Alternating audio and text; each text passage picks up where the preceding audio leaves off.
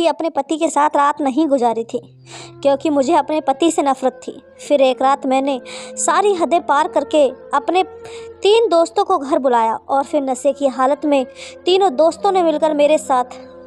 ज़रूरी नहीं कि इंतज़ार सिर्फ अपनी पसंदीदा चीज़ों का ही किया जा, कभी कभी हमें उन चीज़ों का भी इंतज़ार करना पड़ता है जिनसे हमें नफ़रत होती है। इसलिए मैं भी आज दुल्हन बने बैठी अपने सबसे नापसंद इंसान का इंतज़ार कर रही थी। वो नापसंदीदा इंसान कोई और नहीं बल्कि मेरा पति था, जिससे अभी थोड़ी देर पहले मेरा विवाह हुआ था। मेरा आलीशान कमरा खूबसूरती से सजा हुआ था, लेकिन काश कमरे की तरह मेरा हमसफ़र भी खूबसूरत होता, लेकिन ऐसा नहीं था। मैंने अपना कपड़े भी नहीं बदला था, ना ही जेवरात से खुद को आज़ाद किया था। दिल तो चाह रहा था कि इस इंसान के दिए हुए जेवरात को नोच कर फेंक दूं, उसका दिया हुआ कपड़ा भी फाड़ फाड़ कर अपने शरीर से जुदा कर दूं। मैं अपनी बर्बाद जवानी के गम में थी।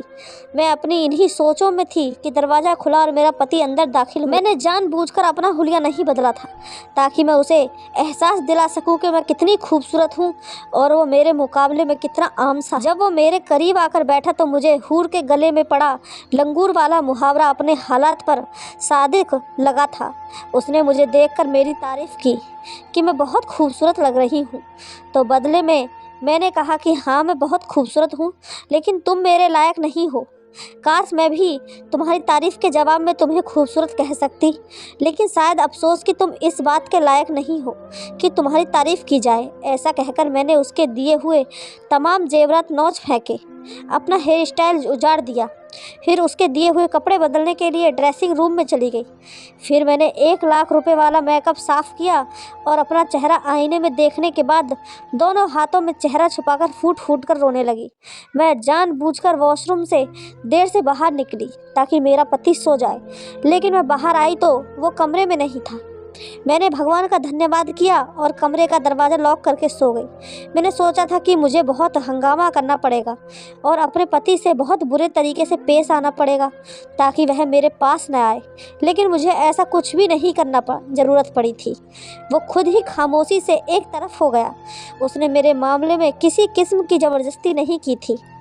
मैं बहुत ज़्यादा खूबसूरत थी, लेकिन मैं एक मिडिल क्लास घराने से थी और जब मेरे लिए एक बहुत ही अमीर औरत ने अपने बेटे का रिश्ता लेकर आई तो सबने अच्छा समझकर उसे कबूल कर लिया।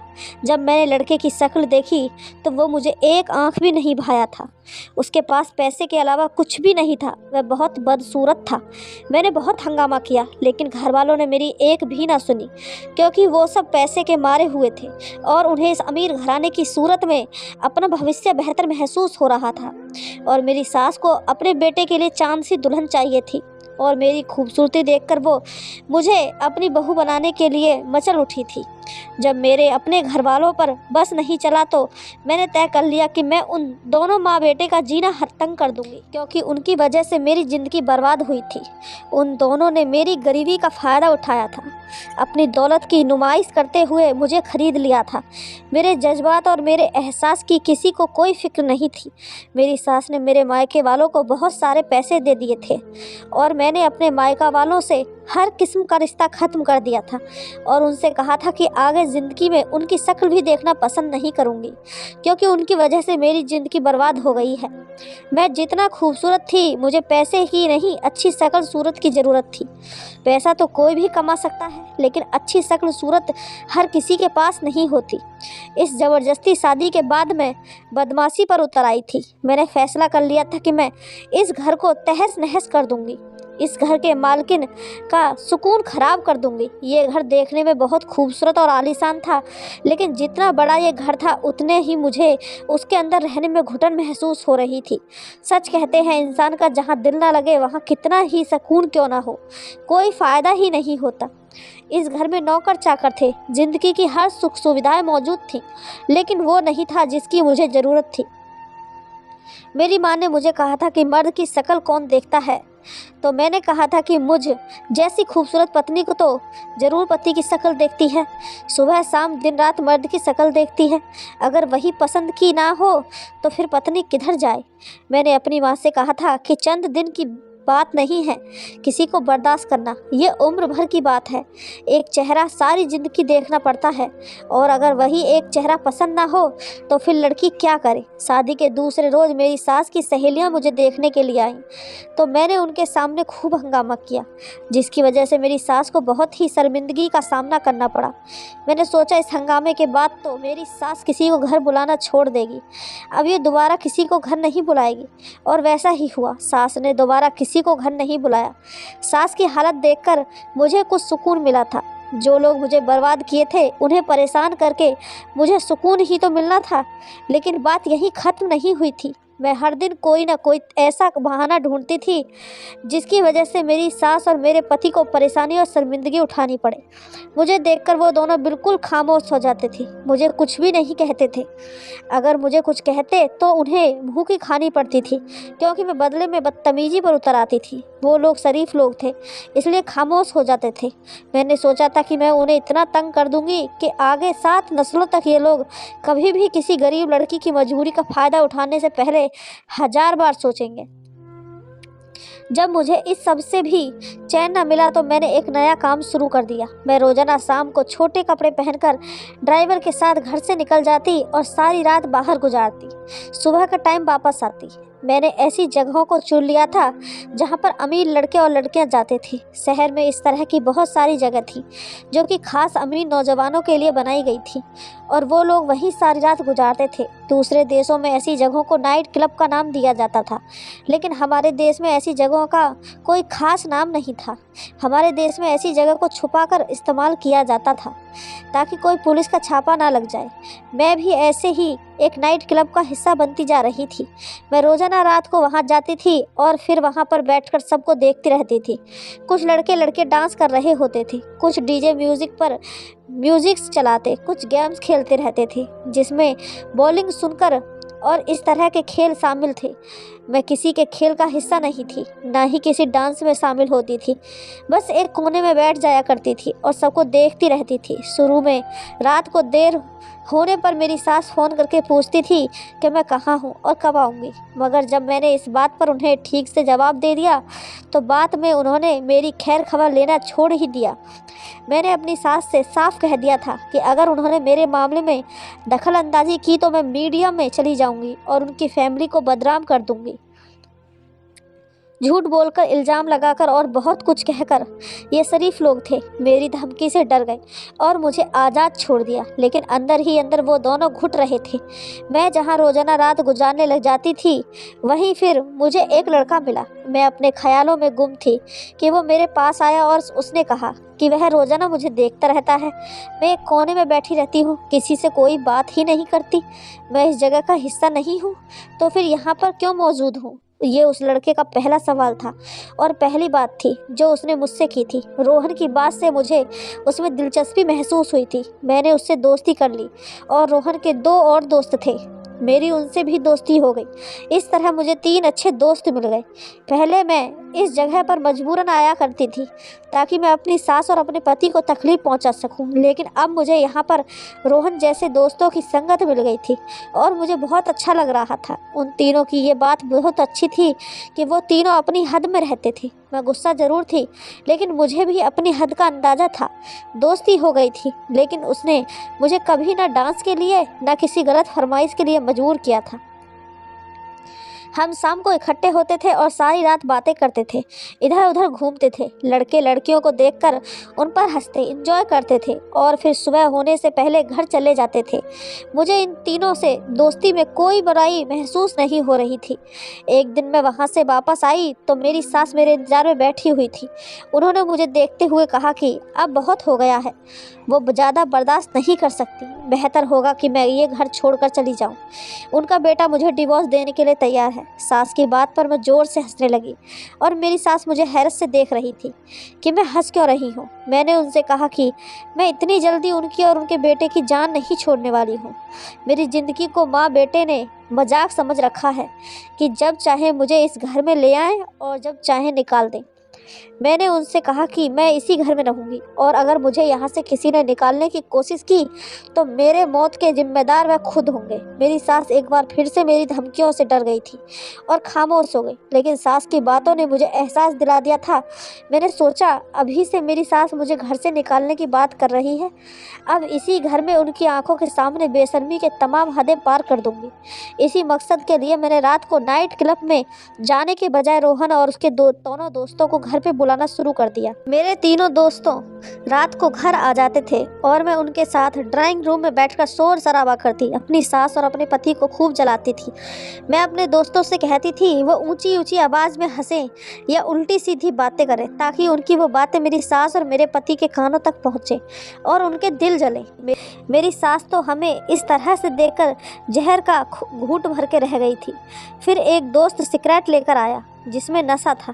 मैंने अपनी सास को दिखाने के लिए वो सिगरेट मुंह से लगा लिया था और सास को दिखाने के चक्कर में रोज़ाना सिगरेट पीने की वजह से मुझे नशे की लत भी लग गई थी। मैंने ये भी नहीं सोचा था कि इनको दिखाने और जलाने के चक्कर में मैं खुद को बर्बादी की तरफ ले जा रही थी। रौनक और उसके दोनों दोस्त मुझे दोस्ती के नाम पर बुराई की तरफ ले जा रहे थे और मुझे कुछ होश ही नहीं था। एक दिन मेरे पति जल्दी घर आए और मुझे रोहन और उसके दोस्तों ने वीडियो दिखाने लगे जिसमें वो तीनों लड़कियों के साथ गलत हरकत कर रहे थे। मैं वो सब भी देखकर ठिठाई से अपने पति के सामने चीखने चिल्लाने लगी और बोली कि ये सब जानती हूँ, मुझे कोई फ़र्क नहीं पड़ता। मेरी बातों से मेरे पति का चेहरा फीका पड़ गया था। वह मुझे बेयकीनी और सदमे से देख रहा था। उसकी आंखों में नमी चमक रही थी, मगर मुझे तब भी उसका कोई एहसास नहीं हुआ। उल्टा मैंने उसे बुरा भला कहना शुरू कर दिया और बोली उसके नसीब में खूबसूरत लड़की नहीं है तो वो दूसरे लड़कों के नसीब से जलने लगा है। रोहन और उसके दोस्त खूबसूरत लड़के थे, इसलिए उन लड़कियों के काबिल भी थे। मेरे बात पर मेरा पति बिल्कुल खामोश हो गया और पहले कभी जो मुझे समझाने की कोशिश करता था वो भी छोड़ दिया। मेरी सास गुमसुम सी अपने कमरे में बंद रहने लगी थी। मेरा पति सारा दिन घर से बाहर गुजारने लगा। इस सब के सबक लेने और शर्मिंदा होने के बजाय वह बदतमीजी पर उतर आई और पूरे घर में किसी मालकिन की तरह घूम रही थी। अपने दोस्तों को भी बुलाकर अब मैं अक्सर किसी न किसी कमरे में ले जाती और खाते पीते मूवी देखते रहते। मेरी इस अय्यासी और बदचलनी की वजह से मेरी सास को एक दिन दिल का दौरा पड़ गया और मैं जो घर पर थी अपनी सास को हॉस्पिटल ले जाने के बजाय सुकून से अपने कमरे में जाकर बंद होकर सो गई। मेरी सास की एक नौकर थी, उन्होंने मेरी सास को संभाला और मेरे कमरे का दरवाज़ा बजाकर मेरी सास को हॉस्पिटल ले जाने को कहने लगी। मुझे इस नौकरानी से बहुत उलझन थी क्योंकि वो पढ़ी लिखी लड़की थी जो हालात की सताई हुई इस घर में नौकर बनकर रह रही थी। वो लड़की सांवली थी मगर बहुत ही तेज़ थी और पहले दिन से मैं उसे इस घर में अपनी सास के साथ देख रही थी। वो हर मामले में बढ़ चढ़कर हिस्सा लेती थी और फिर उसका यूं मेरे कमरे का दरवाज़ा बजा कर मेरा सर खाना मुझे गुस्सा आ गया था। मैंने कमरे से निकलकर उसे नफ़रत से धक्का दिया और गुस्से से कह दिया कि अगर इससे इतनी परवाह है तो वो खुद अपनी मालकिन को हॉस्पिटल ले जाए। मेरी बातों पर वो लड़की हैरान रह गई और वहाँ से चली गई। मैं नहीं जानती थी फिर क्या हुआ, उस लड़की ने कैसे मेरी सास को हॉस्पिटल पहुँचाया, मगर अगली सुबह एम्बुलेंस मेरी सास की लाश को घर पहुँचा गई थी और उसे घर लाने वाली वही नौकरानी थी, जबकि यह मेरी जिम्मेदारी थी। अपनी सास की मौत पर पहली बार मेरा दिल कांप सा गया था। मेरी सास एक अच्छी औरत थी जिसने कभी मुझे कोई नुकसान नहीं पहुंचाया था। मुझे उसकी मौत का थोड़ा बहुत अफसोस हुआ था। मुझे पता चला कि मेरा पति शहर से बाहर था, इसलिए वो रात के वक्त अपनी माँ की हालत के बारे में जानकर भी पूरी तौर पर वापस नहीं आ पाया। वो जब घर लौटा तो आगे उसकी माँ की लाश पड़ी हुई थी और मैं अपने कमरे में बंद पड़ी हुई थी। मेरे पति का सदमे से बुरा हाल था। उसके पास उसकी माँ थी जो अब दुनिया में नहीं रही थी। सर मार मार कर रो रहा था और मैं कमरे में बंद उसे सुन रही थी। जब मेरी सास की लाश उठाकर और घर से में मेहमान कुछ कम हुए तो मेरा पति मेरे पास कमरे में आया। मुझे लगा था वो अपना दुख बांटने आया होगा और पहली बार मैंने उसे बेइज्जती करने का नहीं सोचा, बल्कि मैं उसे तसल्ली देना चाहती थी, मगर अब बहुत देर हो चुकी थी। वो मेरा बाजू पकड़कर मुझे कमरे से बाहर खींचकर ले गया और बोला कि मैं उसके घर से चली जाऊं, वो मुझे डिवोर्स भेज देगा। मैं अपनी आदत के मुताबिक गुस्से में आ गई और उसे धमकाने लगी कि वो मुझे ऐसे नहीं निकाल सकता, मैं उसे सब लोगों में बदनाम कर दूंगी। मेरी धमकी पर उसने जो मुझे कहा वो सुनकर मेरे होश उड़ गए। वो बोला, क्योंकि मेरी धमकियों से कोई फ़र्क नहीं पड़ता।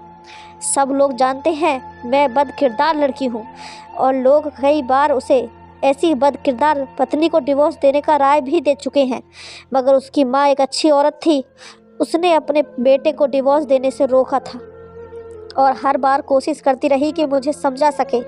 मैं घमंड में थी कि वो लोग मेरी धमकियों से डरकर खामोश रहते हैं और मुझे कुछ कह नहीं पाते। आज वो भ्रम भी टूट गया था।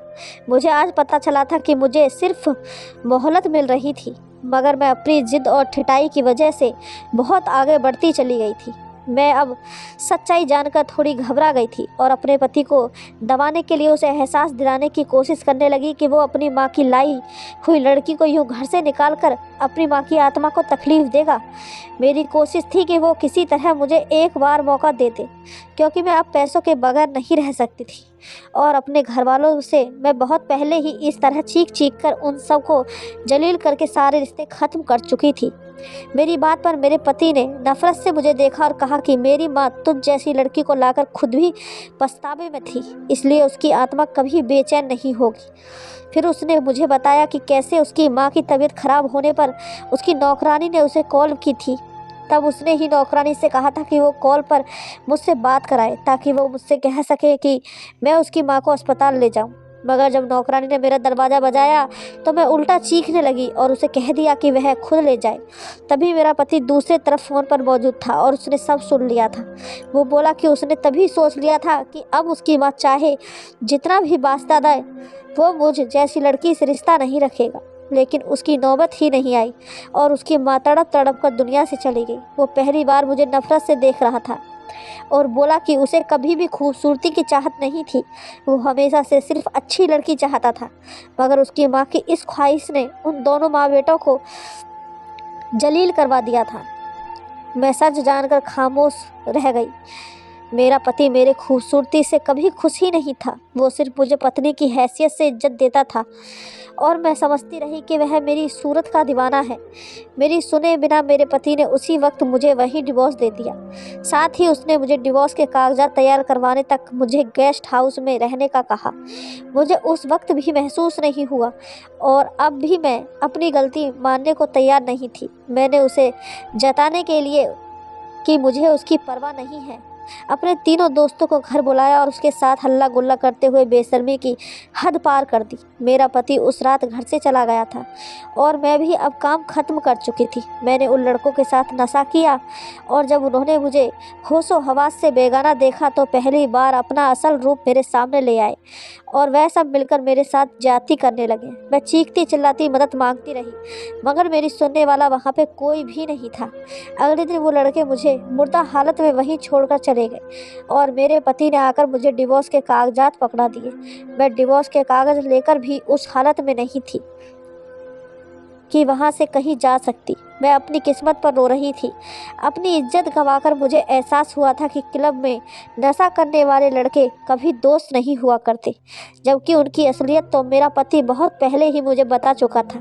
मगर मैं जिद में अंधी हो गई थी और अपनी इज्जत को खुद उन लड़कों के हवाले कर बैठी थी।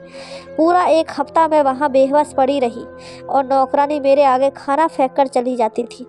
जब कुछ संभल कर मैं बाहर निकली तो सामने मेरे पति के साथ बहुत ही खूबसूरत लड़की खड़ी हुई थी। वो मुझे देखकर ठिठक गई तो मेरा पति ने उसे बताया कि ये मेरी पहली पत्नी है जिसे मैंने डिवोर्स दे दिया है और अब इसका मेरे घर पर कोई हक नहीं है। फिर वो मेरी तरफ पलटा और बोला कि अब मैं संभल चुकी हूँ तो अपना गंदा शरीर लेकर इस घर से चली जाऊँ, क्योंकि उसकी पत्नी को मेरा शरीर यहाँ बर्दाश्त नहीं होगा। मैंने उस लड़की को देखा तो हैरान रह गई। वो मुझसे भी ज़्यादा खूबसूरत लड़की थी, मगर वो उस बदसूरत मर्द के पहलू में सुकून से खड़ी मुस्कुरा रही थी। उसके चेहरे पर गुलाब बिखरा हुआ था और वही नौकरानी अपनी नई मालकिन के आगे पीछे घूम रही थी।